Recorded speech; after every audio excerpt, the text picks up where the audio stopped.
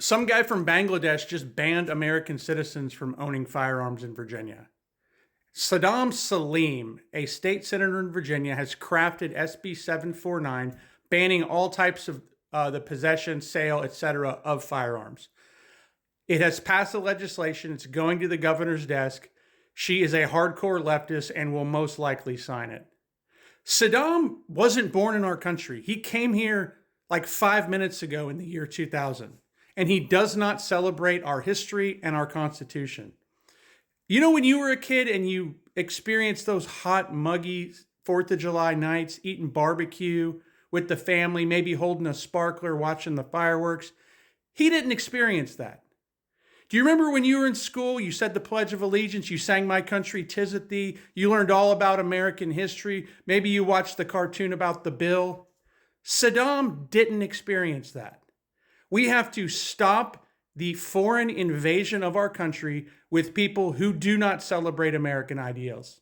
So did you guys know that a Bangladeshi Muslim in the Virginia State Senate has introduced bills that would not only gut the First Amendment, but the Second?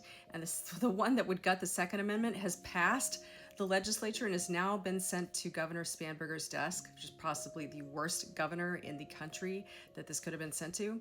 So the first bill, which is already at Governor Spanberger's desk, would ban the sale, manufacture, and importing of all guns classified as assault weapons and magazines that hold more than 15 rounds. That's already at her desk. The second one is introducing a definition of Islamophobia to the state of Virginia, but it's appended to the statute on assault and battery. So that's kind of sneaky, but here's what it says. It says the bill amends a Virginia law to define Islamophobia, in quotes, as malicious prejudice or hatred directed towards Islam or Muslims. So that would be the legal definition if this passes, a hatred of Islam or Muslims. That's a de facto blasphemy law. This is the United States of America. We are allowed to hate Islam if we want to, okay? And no one moving here from Bangladesh is allowed to tell us otherwise while simultaneously trying to disarm us as a population. Saddam Salim. We're allowed to dislike Islam if we want. If we want, we can burn your holy books in a little pit while dancing around it and firing off our pew-pews. And I'm sorry you missed the memo that that's part of what this country entails. But it's time maybe that somebody let you know. Anyway, Saddam Salim, child of homeless Bangladeshi immigrants, true story by the way, who's trying to gut the Second Amendment, gut the First Amendment, while hiding behind the protections that the First Amendment affords. Elections have consequences, so does not standing up to the powers that be. Hey, good morning, friends. I just wanted to hop on and let you know about a bill that passed yesterday on the House floor, House Bill 1525, which is intended to disallow anybody under the age of 21 to purchase, transfer, or possess a firearm.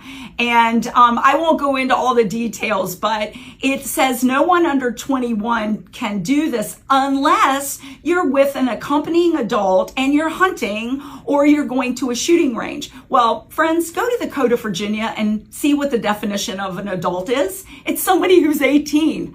This is the absurdity. This is the perfect example of the absurdity in Richmond and the attack on our Second Amendment rights. This one is just an informational message. Just wanted to let you know. Madam President, I wish the senator from Eastern Fairfax could hear himself.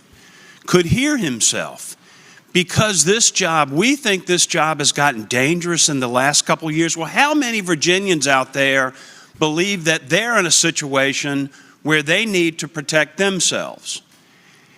But yet we don't listen to them. Well, not me, but this body's not going to listen to them because they think they need to have this protection. We're going to carve something out for General Assembly members. That to me is beyond the pale. General Assembly, we are a citizen legislature. We are citizens just like everybody else. We go back home, we interact with their constituents, we're a part of the community. We are no better than anybody else. And we should never vote for a bill that gives us a special privilege over any other citizen. Senator. So in case you're wondering if elections do have consequences, Democrats have had the trifecta of power in Virginia for, mere days, and they are already pushing through a bill that would ban assault weapons throughout the state. But these aren't the quote-unquote assault weapons that you and I would normally think of. No, they define an assault weapon as a semi-automatic rifle or a pistol with a fixed magazine capacity in excess of 10 rounds. Now, if you have ever shot a gun in your life, you would know that most guns have magazines that carry more than 10 rounds. And unlike in other states, you can't just be grandfathered in. So if you are a Virginia citizen with a pistol that has more than 10 rounds, so basically everyone, you are immediately a criminal if this law is signed. And the icing on the cake here is that the state senator who wrote this bill is an immigrant who was born in Bangladesh. So the people who are writing our laws, who are pushing these anti-2A bills, are not even from America to begin with. So all of this to say, local elections matter. They might even matter more than just voting in presidential elections. Let me ask you something right out the gate. How many times are people going to fall for the exact same political bait and switch before they finally wake up? Because what's happening right now in Virginia is not new, it's not surprising, and it's definitely not accidental. And this is what happens when people ignore local elections. And I've been saying this for a long time. Local elections matter more than anything else. You can argue about the presidency all day, but the people who are actually impacting your day-to-day life are your governors, your state legislators, your county officials. That's where your rights are either protected or stripped away piece by piece. And once again, we saw the same playbook. You had people, especially in the black community, being told to rally behind candidates based on identity politics and identity instead of policy. We saw it with Kamala Harris. Support the black woman. Stand up. All of that rhetoric, right? But now fast forward, all of that gets thrown out the window and suddenly it's support Spanberger, a politician pushing policies that infringe on your First Amendment and your Second Amendment rights. So which is it? Because it can't be about identity when it's convenient and then policy when it benefits the agenda. At the same time, you got rising crime, incidents happening across Virginia, including places like Old Dominion University. And instead of addressing crime, they want to disarm law-abiding citizens. That makes no sense.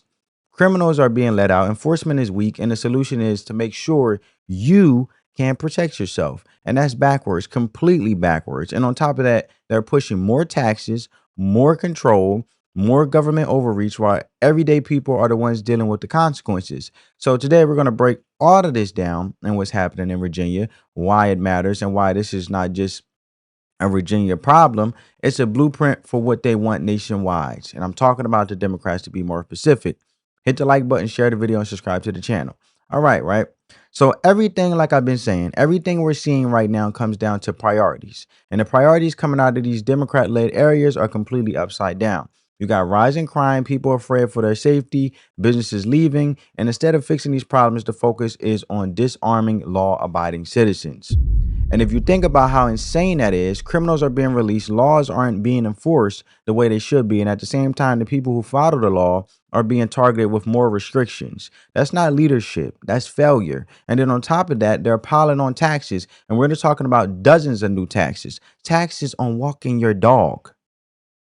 I think Virginia is going to go down in history for a state that has insane taxes out this world, right? They might as well tax the sun at this point. That's shining on a spring, summer day. But my point is, while people are already struggling, while businesses are already considered leaving, and guess what? They are leaving. You got companies pulling thousands of jobs out of places like Maryland and Virginia because they see what's coming. High taxes, high crime, and unstable leadership is a recipe for economic collapse. And there are companies literally paying tens of thousands of dollars to make sure their employees can safely get to their cars because of crime. That is not normal. That is not sustainable. And while all of that is happening, these same politicians are pushing policies to make it harder for you to defend yourself. And then you look at Virginia specifically, and you got this divide where Northern Virginia, Nova, basically controls the entire state politically. Fairfax County, Loudoun County, Prince William County, these densely populated liberal areas are dictating policy for the rest of the state, while Southern and Western Virginia are sitting there saying, this is not what we voted for. And that's why people are even talking about separating, because culturally and politically, it feels like two completely different states. And let's be honest, Virginia didn't just randomly become blue. This happened over time. It used to be a reliably red state. And as demographics shifted and as more left leaning populations concentrated in key areas, the politics shifts with it. I mean, that's reality. But instead of having honest conversations about policy outcomes, the focus is always on emotions, identity, and distractions, while the actual laws being passed are reshaping the state right in front of our people's eyes. Now, let's take this deeper because this isn't just about Virginia. This is about the Constitution and the long term direction of the country. Because the Second Amendment is not optional, it's not a suggestion, it's a fundamental right. The founders didn't put it there for decoration, they put it there because they understand that armed citizenry is a safeguard against tyranny. When you have a citizen that's armed, that's not controversial, that's history. And the Supreme Court has reinforced this in cases like Heller and Bruin, making it clear, Heller and Bruin, making it clear that the right to keep and bear arms belongs to individuals. So when you see these states pushing gun bans, magazine restrictions, and all of these different regulations, you have to ask, where is the constitutional authority for that? Because saying something makes people feel safer does not make it constitutional. And here's the reality: these laws don't stop criminals. Criminals don't follow laws. These restrictions fall on law abiding citizens, the very people who are trying to protect themselves and their families. And when you look at history, there is a pattern that people bring up for a reason. Governments that disarm their populations often end up abusing that power. Now, that's not a call to violence, that's understanding why the founders wrote what they wrote. They had just fought against tyranny. They built protections to prevent that from happening again, the founding fathers of this country, United States, right? But there's another issue here. People don't understand the Constitution anymore. Civic education has been stripped down to the point where people are voting on issues they don't even fully understand. And this is why my full purpose is to have a productive, also intellectual conversation to inform you, an everyday average Joe like myself, who don't follow politics and, trying to make ends meet. But I'm here to give it to you, the realest can be, and making you think, because critical thinking has left our schools. Even, for example, what happened to who, what, where, why, and when, right? People don't ask questions that much. They see emotional TikTok shorts and YouTube shorts, and they see a 30-second clip, and they take it and they use talking points and don't even know what the hell they're saying. And if you don't know your rights, if you won't recognize when they're being taken from you, and that's exactly what's happening here, as you guys can see. On top of that, the left has built an entire legal infrastructure to push their agenda through the courts at every level, while the right has often relied on the Supreme Court as a safety net instead of fighting these battles earlier in lower courts. And that's the problem, because by the time it reaches the Supreme Court, a lot of damage has already been done. This is about culture, education, law, and power all working together to reshape how this country operates. At the end of the day, none of this is random and none of this is accidental. The policies you are seeing in Virginia, Maryland, D.C., these are the direct result of how people voted and what they chose to support. Higher taxes, rising crime, businesses leaving, and more restrictions on your rights. And that is the outcome. And you cannot keep voting the same way and expect different results. It doesn't work like that. This is why local elections matter so much. Everybody want to blame the president.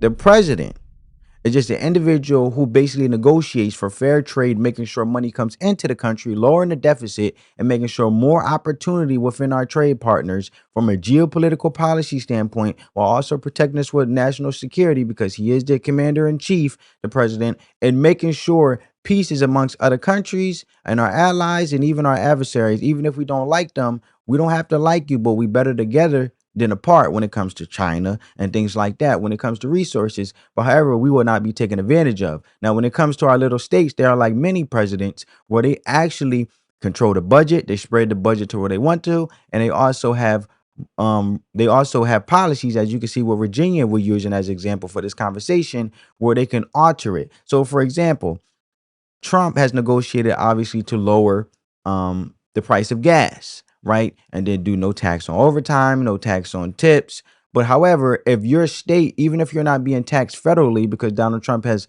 made it known to not be taxed federally from his power level, right? Because you have the executive branch, legislative, etc., right? Judicial.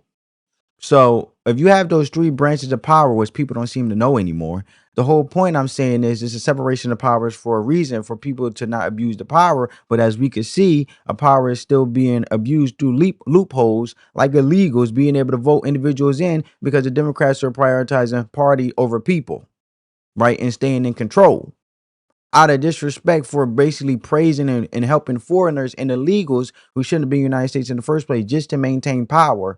Disrespectful to the American taxpayer and those legal migrants who came over here and done things the right way out of respect for this country. So they disrespecting the country and the roots of this country and the founding fathers just to stay in power. And no matter what, they will scramble and scrape and make sure it happens, and with their demonic energy.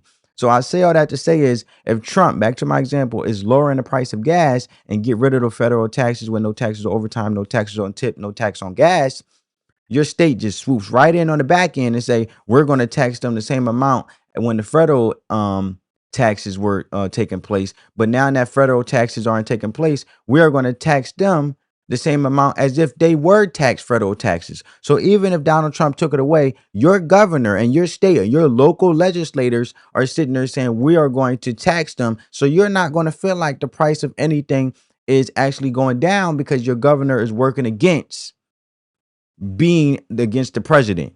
And any move they make to make sure you can pave a way for yourself, have money in your pocket, and take care of your families, they want to tax you to death and squeeze you to death and spin to stay in control. So my whole point is, everybody say, oh, Donald Trump is supposed to be doing this. Donald Trump is supposed to be doing that. The president is supposed to be doing this.